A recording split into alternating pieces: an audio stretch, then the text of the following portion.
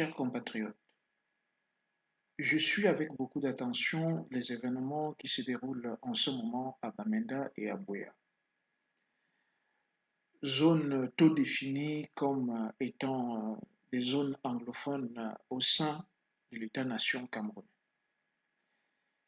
Certains ont tôt fait donc de parler de sécessionnisme, d'autres de volonté de retour au fédéralisme. J'ai notamment écouté le ministre d'État, ministre de la Justice, Garde des Sceaux, M. Laurent Esso, qui rapidement nous a rappelé que quand les Allemands partaient du Cameroun, il n'y avait pas d'anglophones et il n'y avait pas de francophones. Il nous a aussi rappelé que d'ici 2 voire 3 générations, nos enfants ou nos arrière-petits-enfants seront tous devenus bilingues, nos langues nationales auront disparu, nos cultures probablement aussi. Si la première affirmation du ministre d'État semble vraie dans les faits, mais sur le plan historique, c'est une aberration. Parce que quand Joseph Méric fonde la première école au Cameroun en 1840 à Kimbia, c'est bien en anglais que nous nous exprimons. La volonté de puissance des nations beaucoup plus fortes que la nôtre, mais aussi leur vicissitude, a fait que notre jeune État-nation soit en constant ballottage et hérite, à côté de 256 langues que nous avions déjà, de 2 langues supplémentaires, à savoir l'anglais et le français. Mais aujourd'hui, nous devons nous poser la question de savoir si nous avons mis tout en œuvre depuis 1961 afin que ce qui a été séparé soit à nouveau uni, que ce qui a été divisé soit à nouveau rassemblé. Pour ma part, je voudrais me poser la question de savoir pourquoi dans un pays comme le nôtre cohabitent 2 hymnes nationaux. Vous savez, avec le drapeau et les devises nationales, l'hymne national exalte le sentiment d'appartenance à une nation. L'hymne national a une grande valeur symbolique pour un peuple.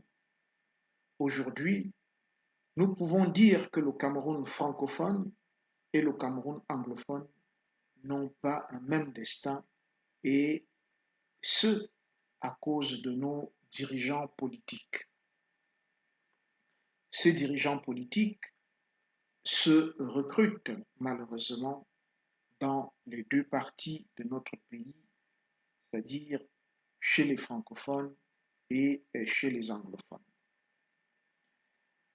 Je voudrais, pour ma part, dire que ce qui se déroule aujourd'hui au Cameroun n'a rien à voir avec des revendications sécessionnistes. C'est plutôt une volonté de nos populations de rappeler à l'État-nation, ses fonctions régaliennes. L'harmonisation des textes de loi qui s'appliquent de part et d'autre de notre pays. L'État unitaire dans notre pays est irréversible, mais l'État-nation est une construction constante, quotidienne, un plébiscite de tous les jours, comme le disait Renan. Mais nous l'avons oublié. Ceux qui ont pris de l'argent pour traduire les textes et qui ne l'ont pas fait, nous les connaissons. Ceux qui font semblant de travailler et ne le font pas, nous les connaissons aussi. Pourquoi le processus de décentralisation est en panne dans notre pays? Permettez que je rappelle que la décentralisation territoriale initiée depuis 1995 consiste tout simplement pour l'État à octroyer le statut de personne morale de droit public à des collectivités infra-étatiques et à donner à leurs organes, qui sont désignés généralement par l'élection, un pouvoir de décision sur tout ou partie des affaires locales. C'est ce qu'on appelle la personnalité juridique dans les données à la collectivité, la gestion des affaires locales et l'élection des organes dirigeants. La décentralisation territoriale ainsi définie se confond très largement avec le principe de la libre administration des collectivités territoriales. Elle présente des points communs, mais aussi d'importantes différences avec la déconcentration. Depuis le 12 juillet 1978, nous pataugeons dans une mare de mauvaise foi de l'élite anglophone et francophone. Qu'avons-nous fait de la déconcentration? Celle-ci vise à améliorer l'action de l'État en déléguant certaines attributions de l'échelon administratif central aux fonctionnaires locaux, c'est-à-dire aux gouverneurs des régions, aux préfets, aux délégués régionaux et départementaux des services de l'État ou à leurs subordonnés. Pour désigner les services déconcentrés de l'État, on parle des services extérieurs. Tout ceci veut dire qu'au préalable, nous avons accepté au moins deux strates de fonctionnaires, les fonctionnaires d'État et les fonctionnaires territoriaux ou régionaux.